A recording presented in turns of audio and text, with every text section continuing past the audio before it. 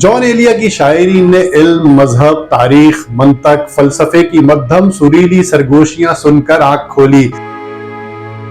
इसने एक ऐसे घर में परवरिश पाई जहां अतारा और मरीख के जिक्र से नाश्ता होता था। सुकरात और अफलातून खाने के दस्तरखान पर आमने सामने बैठकर गुफ्तगू करते थे। जॉन एलिया इन मुबाहिस को चुन चुन कर अपना पेट भरते थे और अपनी जात के गिर्द एक हाशिया बनाते थे। फलसफा, तारीख, मंतक, इल्म बातिन और इल्म जाहिर ने जो असरात इनकी शख्सियत पर मुरत्तब किए, उनका इजहार इनकी शायरी पर वाज़े तौर पर नजर आता है। इन अलूम व फनून ने बचपन ही में इनके तहकीकी शऊर को अपने पंजों में जकड़ लिया था। प्लोटिनस ने अपने जिस्म में अपने होने को निदामत करार दिया तो जॉन एलिया मैदे को इंसानी जिस्म में गैर रोमानी शह कहने लगे।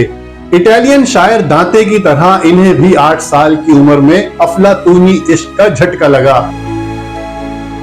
दांते अपने वालिदैन के साथ 8 साल की उम्र में अपनी एक क्लास फेलो की सालगिरह पर गया और इस पर मर मिटा।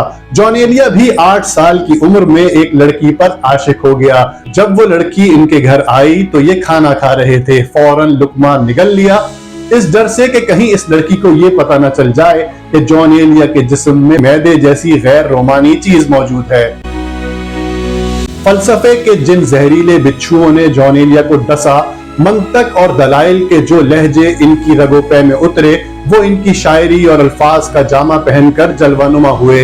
लेकिन जॉन एलिया ने सारे तहजीबी, फलसफियाना, मंतकी और इस्तदलाली पस मंजर को अपनी शायरी पर बोझ नहीं बनने दिया। मशहूर शायर होरेस ने अपने एक दोस्त के शायर बेटे को एक खत में मशवरा दिया था कि देखो, फलसफा जरूर पढ़ो मगर ध्यान रहे इतना सर ना चढ़ाओ कि वो अबलाग का रास्ता रोक ले। जॉन एलिया प्लोटिनस को सिराने रख के सोते हैं मगर जब शायरी करते हैं तो अंदाज निहायत सलीस और सादा होता है। शेर की पुश्त पर फलसफे का बार गिरा नहीं लाते। कबलज मसीह पेरिकल्स के जमाने में पेरिकल्स की बीवी के पास बैठकर एनेक्सागोरस ने इस जमाने की मजहबी रसूम, इबादत गाहों और देवताओं के बारे में अंट-शंट बातें की थी। अब यही एनेक्सागोरस जॉन एलिया के अंदर बैठा है, रुके लिख लिख कर बाहर भेज रहा है। मगर जॉन एलिया का कमाल ये है कि वो शेर और फलसफियाना अनासिर का ऐसा मुरक्कब तैयार करते हैं, अबलाग की पगडंडी पर फलसफा और शायरी यकजा नजर आते हैं। हासिले कुन है ये जहाने खराब, यही मुमकिन था इतनी उजलत में। जॉन एलिया का लिखा हुआ अपने दीवान शायद का दिबाचा शायद उर्दू का एक मुनफरिद और तारीखी अहमियत का दिबाचा है, जिसमें एक शायर की जहनी और फिक्री तरतीब और शख्सियत की इर्तिकाई सूरत हाल से आगाही हासिल होती है। ये दिबाचा जॉन एलिया के इल्म फनून से मुकम्मल आगाही और फलसफा और फिक्र पर गिरफ्त पर रोशनी डालता है।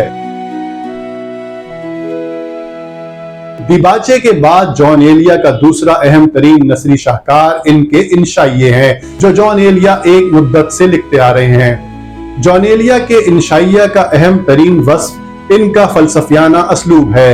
इनका इस्तदलाली तर्ज निगारिश, कदीम अलूम के हवाले से अहद जदीद के मसाइल की गिरा कुशाई, फिक्र कदीम और फिक्र जदीद का तालमेल, सादा सलीस जबान, बेसाख्तापन और जुमले की काट है। वो तमाम फलसफियाना मौज़ूआत जो शायरी में जगह नहीं बना सकते, इंशाइये में घर बना लेते हैं। जॉन एलिया की शायरी को सिर्फ फलसफे तक महदूद करना, अनवाओ इक़साम के खानों से बचे दस्तरखान से सिर्फ एक डिश का लुत्फ लेना है। मुमलिकत शायरी के हर सूबे में जॉन एलिया की अमलदारी है। गजल, नज़म, हमद, मरसिया, नोहा, कसीदा, कव्वाली, कौन सी सिंफ है जिसमें जॉन एलिया ने अपनी मुनफरिद हैसियत को नहीं मनवाया और इख्तिरा, तजर्बे, जिद्दत और नई जहद की निशानदही नहीं की। इनका फिक्री इज्तिहाद और इख्तिरा पसंदी इन्हें अपने हमअसरों से मुमताज और मुनफरिद हैसियत दिलाता है। गजल में जॉन एलिया का लहजा चौंका देने वाला और हैरान कुन है। वो गजल के रिवायती सांचे में रहते हुए अपने फिक्री और लिसानी तजर्बात से एक नए और अछूते डिक्शन का ऐलान करते हैं। वो बातें जो अब तक नहीं कही गईं, या जिनके इजहार पर समाजी और तहजीबी बंदिशें दरपेश थीं। जॉन एलिया ने इनका कमाल जुर्रत से ऐलान किया। इंसानी नफ्सियात के कुछ रवैये जो जहन में सरसराते थे और बाहर आने से गुरेजा थे, जॉन एलिया इन्हें बेबाकी और बेतकल्लुफी से सफ़ाए करतास पर ले आए। कमसनी का अल्लड़पन, मस्ती, शोखियां, जज्बों के कच्चे पक्के तुर्श शीरी फलों का जायका अजीब लुत्फ देता है। जॉन अपने जमालियाती, क्लासिकी, रोमानवी और तहजीबी असलूब को इन जज्बात के इजहार में बड़ी हुनरमंदी और उस्तादाना सलीके से बरूएकार लाए हैं। रोमानवी शोरा की तरह जॉन भी क्लासिकी अदबी रिवायात, जबान और कदीम एपेक्स के किरदारों का आशिक है। पुराने तारीखी किरदारों में बैठकर खुश होता है। शैले को स्ट्रीट फाइट बहुत पसंद थी। जॉन एलिया दुख दर्द की लज्जत में खुशी महसूस करते हैं। जर्मन फलसफी गोएटे अपनी कलाई पर जख्म लगाकर नमक मिर्च छिड़कता था ताकि दर्द की लज्जत से आशना हो सके। जॉन एलिया दिन रात खून थूक थूक कर ये लज्जत महसूस करता था।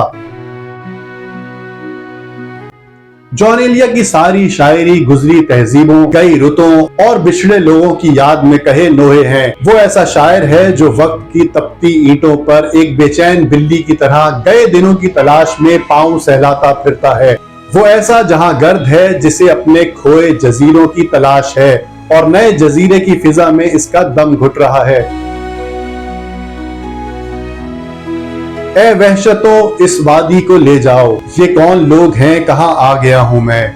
अमरोहे की हवेली इसकी गुमशुदा कायनात है। हवेली के दालान, कमरे, गुलाम गर्दिशें, दरबार शाह विलायत ईदगाह, शाह विलायत की वो दीवार जहां रईस अमरोही इसे भूल आए थे जब वो 1 साल का था।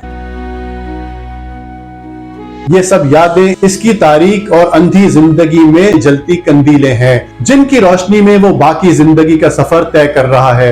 इसकी गुफ्तगू, इसकी नसर, इसकी शायरी में यही यादें, यही तस्वीरें रक्स कना हैं। वो जागता, सोता, उठता, बैठता, इन्हीं से हम कलाम रहता। वली से लेकर आज तक के शायरों में जॉन एलिया वाहिद शायर है। जिंदगी इसके सीने पर बैठकर पत्थर कूट रही है। पत्थर कूट कूट कर जब थक जाती है तो प्यास बुझाने के लिए इसका खून पीती है और फिर काम में मसरूफ हो जाती है। जॉन इसके सामने बेबस है, अकेला है। दर्दो अलम के शिकारी कुत्ते इसके ताक़ुब में हैं और वो मासूम बदहवास खरगोश की तरह जान बचाता फिर रहा है।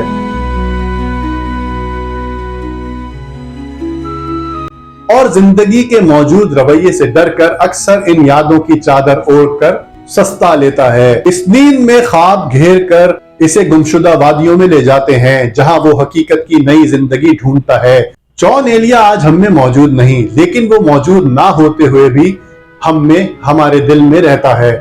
उसकी बातें, उसकी शायरी, उसकी अजीबो गरीब जिंदगी हमें इसके होने का एहसास दिलाती है।